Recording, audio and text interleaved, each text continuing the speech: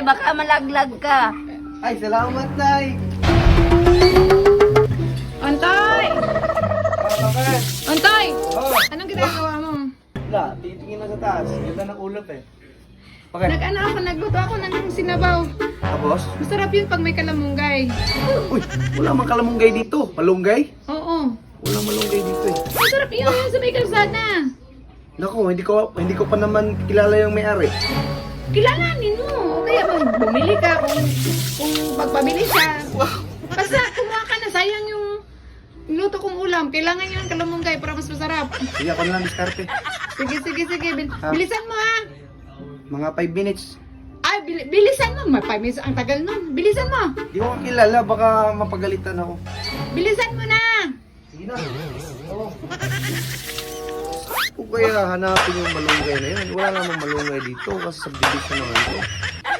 Kakainis naman. Dahil pwedeng lutuin, bakit malunggay? Wala namang malunggay dito. Pwede kaya ito? Wala naman ito malunggay. Ang mga sasakyan naman ito dito. Hirap to. Balik na nga ako. Tama, may tanglad oh. Kompleto. Tapos meron pang malunggay. Tao po. Tao po. Walang tao ah. Tao po. Patay tayo nito. Wala tayong madadalang kamunggay. Kukuha na lang kaya ako. Kahit walang tao. Bahala na. Basta hindi lang ako mapagalitan ni Dilin. Tahan ko na.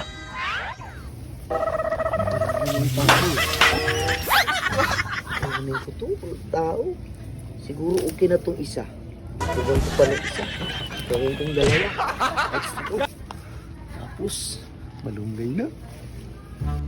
Eh, walang tao. Pasok na lang tayo. Naku, ang haba naman nun.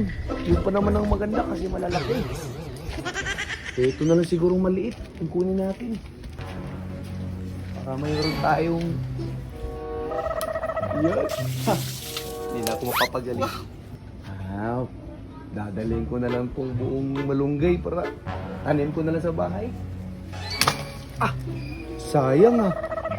Baka ipagalitan kaya ako nito. Ano yan? Ah, Nay? Wala po, Nay. Ano po ako? Bulag po ako? Bulag. Kuha mo. Wala, Nay. Ano lang to? Di, kasi bulag ako. Kailangan ko ng tungkod. Saan ba daan, Nay? Saan daan? Dito daan. Baka malaglag ka. Ay, salamat, Nay.